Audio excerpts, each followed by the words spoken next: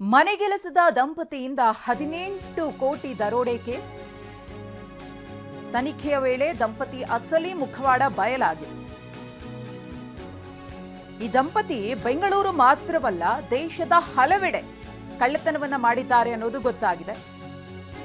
ನೇಪಾಳಿ ದಂಪತಿಯ ಸರಣಿ ಕಳ್ಳತನವನ್ನ ಪೊಲೀಸರು ಇದೀಗ ಬಯಲು ಮಾಡಿದ್ದಾರೆ. ದಿನೇಶ್ ಮತ್ತು ಕಮಲಾ ಹೆಸರಿನಲ್ಲಿ ಮನೆ ಕೆಲಸಕ್ಕೆ ಈ ದಂಪತಿ ಸೇರ್ಕೊಳ್ತಾ ಇದ್ರು. ನಂತರ ಆ ಮನೆಯನ್ನೇ ದೋಚಿ ಎಸ್ಕೇಪ್ ಆಗ್ತಾ ಇದ್ರು. ಇದೇ ಇವರ ಕಾಯಕ ಆಗಿತ್ತು. ಮನೆ ಕೆಲಸ ಮಾಡೋದಕ್ಕಿಂತ ಹೆಚ್ಚಾಗಿ ಮನೆಯಲ್ಲಿದ್ದಂತಹ ಒಡವೆ, ದುಡ್ಡು ಇದ್ರ ಮೇಲೆ ಇವರ ಕಣ್ಣಿರ್ತಾ ಇತ್ತು. ಕೆಲಸ ಕೊಟ್ಟವರ ಮನೆಯನ್ನೇ ಗುಡಿಸಿ ಗುಂಡಾಂತರ ಮಾಡೋದೇ ಇವರ ಕಾಯಕ ಆಗಿತ್ತು. ಮನೆ ಕೆಲಸದವ ದಿನೇಶ್, ಈತನ ಫೋಟೋವನ್ನು ನೋಡ್ತಾ ಇದ್ದೀರಿ. ಬರೀ ಬೆಂಗಳೂರು ಮಾತ್ರ ಅಲ್ಲ, ದೇಶದ ಬೇರೆ ಬೇರೆ ಭಾಗಗಳಲ್ಲೂ ಕೂಡ ಇದೇ ರೀತಿಯ ಕಳ್ಳತನದ ಕೃತ್ಯವನ್ನ ಎಸಗಿದ್ದಾರೆ ಅನ್ನೋದು ಗೊತ್ತಾಗಿದೆ.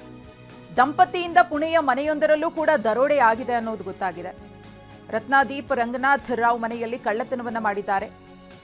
ಅಲ್ಲಿ ದಿನೇಶ್ ಮತ್ತು ಸಲೀನಾ ಹೆಸರಿನಲ್ಲಿ ಈ ದಂಪತಿ ಮನೆಗೆಲ್ಸಕ್ಕೆ ಸೇರ್ಕೊಂಡಿದ್ರಂತೆ.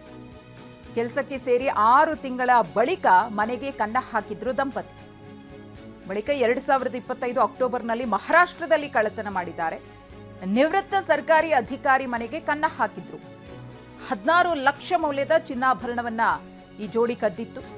ಚಿನ್ನ ಕದ್ದ 2 ತಿಂಗಳಲ್ಲಿ ಮತ್ತೆ ಬೆಂಗಳೂರಿಗೆ ಎಂಟ್ರಿಯನ್ನ ಕೊಡ್ತಾರೆ. ಮಾರತಹಳ್ಳಿಯಲ್ಲಿ ಬಿಲ್ಡರ್ ಮನೆ ಕೆಲಸಕ್ಕೆ ಈ ದಂಪತಿ ಸೇರ್ಕೊಳ್ತಾರೆ. ಜನವರಿ 27ರಂದು ಬಿಲ್ಡರ್ ಮನೆಯಲ್ಲಿ 18 ಕೋಟಿ ರೂಪಾಯಿಯನ್ನ ದರೋಡೆ ಮಾಡಿ ಎಸ್ಕೇಪ್ ಆಗಿದ್ದಾರೆ. ಎಲ್ಲೆಲ್ಲಿ ಮನೆ ಕೆಲಸಕ್ಕೆ ಸೇರ್ತಾರೋ ಮೊದಲಿಗೆ ಆ ಮನೆಯವರ ವಿಶ್ವಾಸವನ್ನ ಗಳಿಸೋದು, ನಂತರದಲ್ಲಿ ಆ ಮನೆಯಲ್ಲಿ ಕಳ್ಳತನ ಮಾಡಿ ಎಸ್ಕೇಪ್ ಆಗೋದು. ಖತರ್ನಾಕ್ ನೇಪಾಳಿ ದಂಪತಿಗೆ ಪೊಲೀಸರಿಂದ ಶೋಧ ನಡೀತಾ ಇದೆ. 7 ತಂಡಗಳನ್ನು ರಚನೆ ಮಾಡಿಕೊಂಡು ಕಳ್ಳ ದಂಪತಿಗೋಸ್ಕರ ಹುಡುಕಾಟವನ್ನು ನಡೆಸುತ್ತಿದ್ದಾರೆ. ಮುಂಬೈ, ಕೋಲ್ಕತ್ತಾ, ನೇಪಾಳ ಸೇರಿದಂತೆ ಹಲವೆಡೆ ಪೊಲೀಸರು ಬಲೆ ಬೀಸಿದ್ದಾರೆ. 4-5 ಜನರ ಗ್ಯಾಂಗ್ ಬೆನ್ನು ಬಿದ್ದಿರುವ ಪೊಲೀಸರು ಸ್ಥಳೀಯವಾಗಿ ದಂಪತಿಗೆ ಸಹಾಯ ಮಾಡಿರುವ ಬಗ್ಗೆಯೂ ಕೂಡ ತನಿಖೆಯನ್ನ ಚುರುಕುಗೊಳಿಸಿದ್ದಾರೆ. ದಂಪತಿ ನೇಪಾಳಕ್ಕೆ ಪರಾರಿಯಾಗಿದ್ರೆ ಪತ್ತೆ ಹಚ್ಚೋದು ಕಷ್ಟ. ಆ ನಿಟ್ಟಿನಲ್ಲಿ ಸ್ಥಳೀಯವಾಗಿಯೂ ಕೂಡ ಒಂದಷ್ಟು ಮಾಹಿತಿಯನ್ನ ಕಲೆ ಹಾಕಬೇಕಾಗುತ್ತೆ. ಆ ಕೆಲಸವನ್ನ ಪೊಲೀಸರು ಮಾಡ್ತಿದ್ದಾರೆ.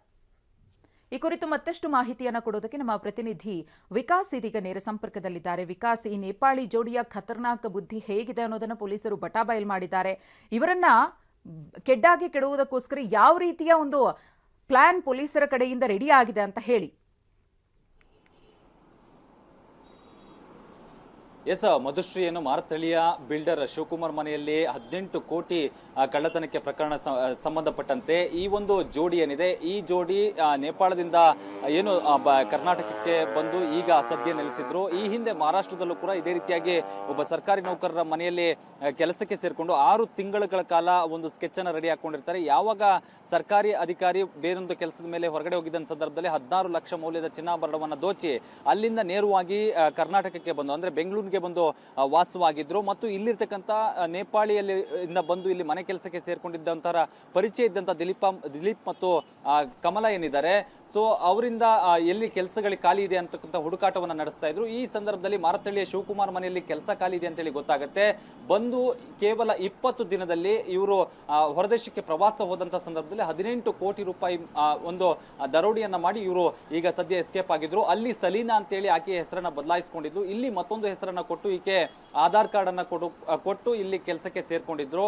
ಸೊ ಸದ್ಯ ಈ ಒಂದು ಜೋಡಿಯ ಜೊತೆಯಲ್ಲಿ ಇನ್ನೂ 3-4 ಜನ ಕೈ ಜೋಡಿಸಿರುವಂತಹ ಶಂಕೆ ಇರೋದ್ರಿಂದಾಗಿ ಮಾರತಹಳ್ಳಿಯ ಪೊಲೀಸರು ಈಗಾಗಲೇ 7 ತಂಡಗಳನ್ನು ರಚನೆ ಮಾಡಿ ಮುಂಬೈ ಮತ್ತು ನೇಪಾಳ ಎಲ್ಲ ಕಡೆಯಲ್ಲೂ ಕೂಡ ಇವರಿಗಾಗಿ ಹುಡುಕಾಟವನ್ನು ನಡೆಸ್ತಾ ಇದ್ದಾನೆ. ಆದ್ರೆ ಒಂದು ವೇಳೆ ಕಳ್ಳತನವನ್ನು ಮಾಡಿ ನೇಪಾಳಕ್ಕೆ ಏನಾದರೂ ಈಗಾಗಲೇ ಅವರು ಎಸ್ಕೇಪ್ ಆಗಿದ್ರೆ ಆ ಜೋಡಿಯನ್ನ ಮತ್ತು ಈ ಒಂದು ದರೋಡೆಕೋರನ್ನ ಅರೆಸ್ಟ್ ಮಾಡೋದು ಪೊಲೀಸರಿಗೆ ಕಷ್ಟಸಾಧ್ಯ ಕೂಡ ಆಗಿರೋದು. ಆದ್ರೆ ಈ ಜೋಡಿಯನ್ನ ಹೇಗಾದ್ರೂ ಮಾಡಿ ಅರೆಸ್ಟ್ ಮಾಡಬೇಕು ಅಂತ ಹೇಳಿ ಈಗ ಮಾರತಹಳ್ಳಿ ಪೊಲೀಸರು ಈಗ ಬಲೆಯನ್ನ ಬೀಸಿರುವಂತದ್ದು. ಮಧುಶ್ರೀ, ಧನ್ಯವಾದ ವಿಕಾಸ್, ತಮ್ಮ ಮಾಹಿತಿಗಾಗಿ.